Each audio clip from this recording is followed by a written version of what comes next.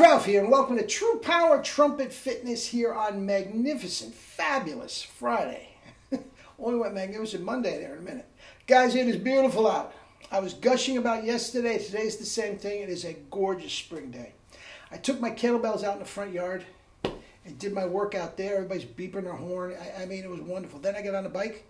Haven't played a note yet. It's just about 12 o'clock. So, anyway, you saw the thumbnail. Gunther Beetz. I know very little about him. The give and take I had with that German trumpet player yesterday from the orchestras, that had a lot to do with it, spurred my my recollection of him, and Jerry and all that.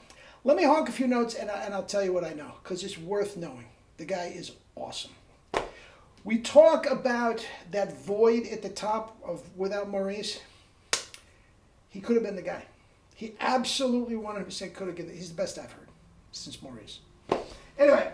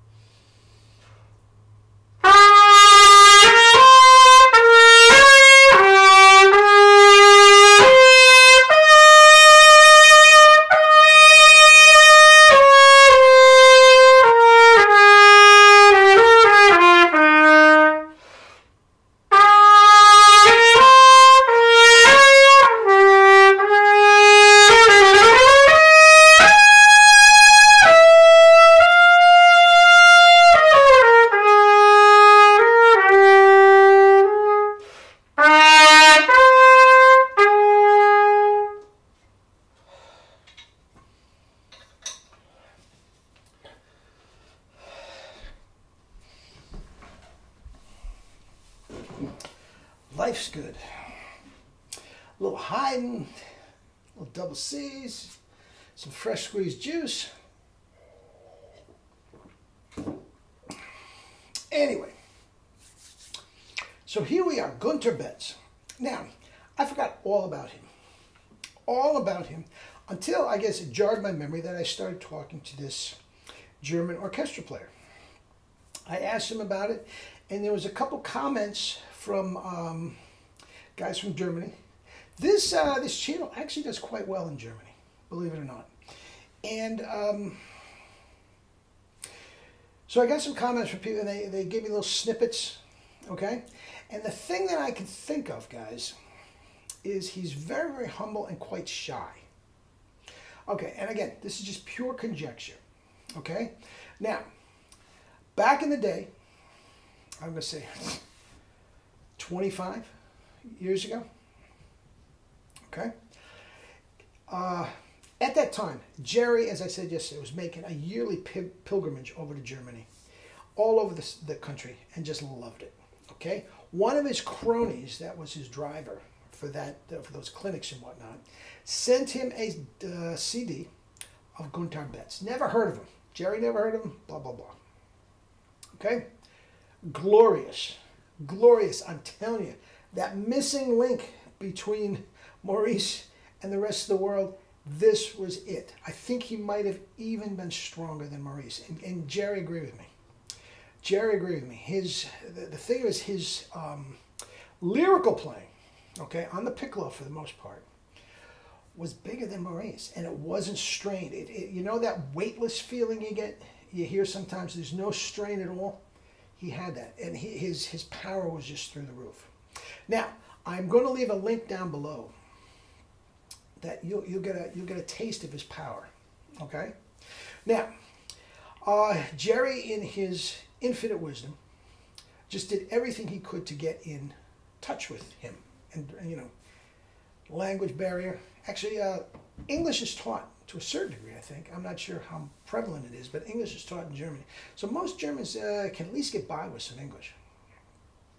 So he got a phone number, got in touch with him. He wouldn't come to the phone. He wouldn't come to the phone. Okay? This all went through his wife. So what does he think about this? Da da da da da da. Then come back. He wouldn't come to the phone. Society anxiety. I don't want to play amateur shrink here, but it sort of leads into what we're talking about. Now he did very, very little playing, and I'm telling you, for a guy that is extraordinary as this, there's very, very little of him out there. Okay, and even that guy from the German orchestra says he hadn't heard of him performing at all in quite a long time. Okay, now at the time, he was part of a brass ensemble called German Brass. It had some great trumpet players, and that's what we have down below. Matthias Hawks, I'm not sure if I'm pronouncing it right and all this sort of stuff.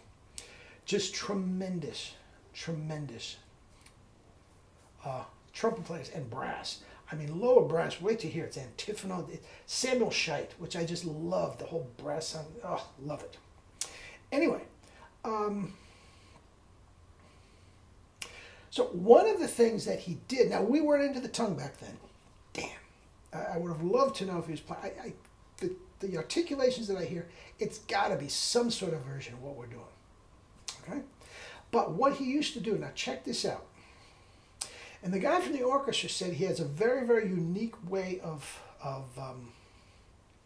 teaching. All systematic and all that sort of stuff. And I guess the German orchestras are flooded with his students. Okay?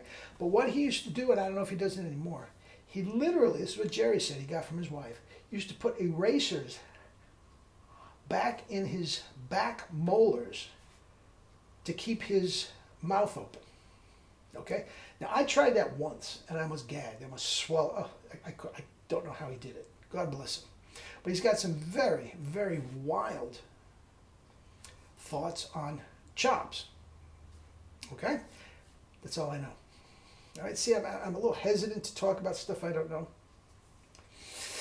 All right, with that said, if you look at the pictures, and there's very, very few of them, I can't get a real good grip on his chops. It doesn't look guys, the recording that Jerry had, there was no strain at all. It was absolutely beautiful. The lyrical stuff on the piccolo was absolutely beautiful. You didn't hear any strain at all. Now, if you look at him, the little bits you can get, you don't see any strain. No. And here's the deal. Now he did some work with his German brass, and he had a job in a conservatory as a teacher. Did at least one DVD, CD. I'm sure he did a couple more. And if anybody from Germany has something like that, I'll pay you for it if you can get a hold of one. Okay? Anyway, where were we? Okay.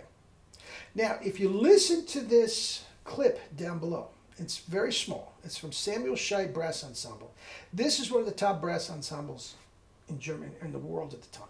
Okay?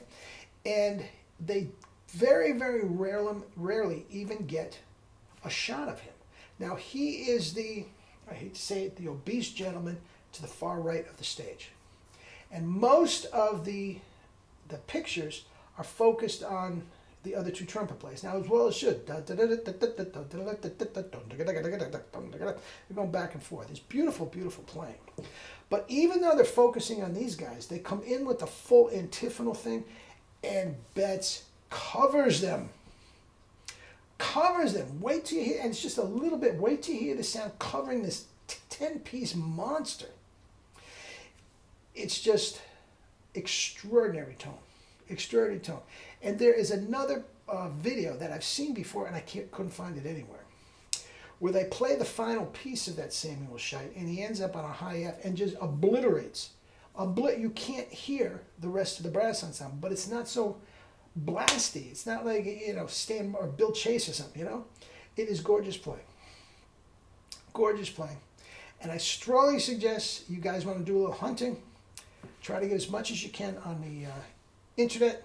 And again, if anybody from Germany has little snippets of stuff that you want to link, if they have any information whatsoever, if you know anybody that's studied with them, I would love to hear from them.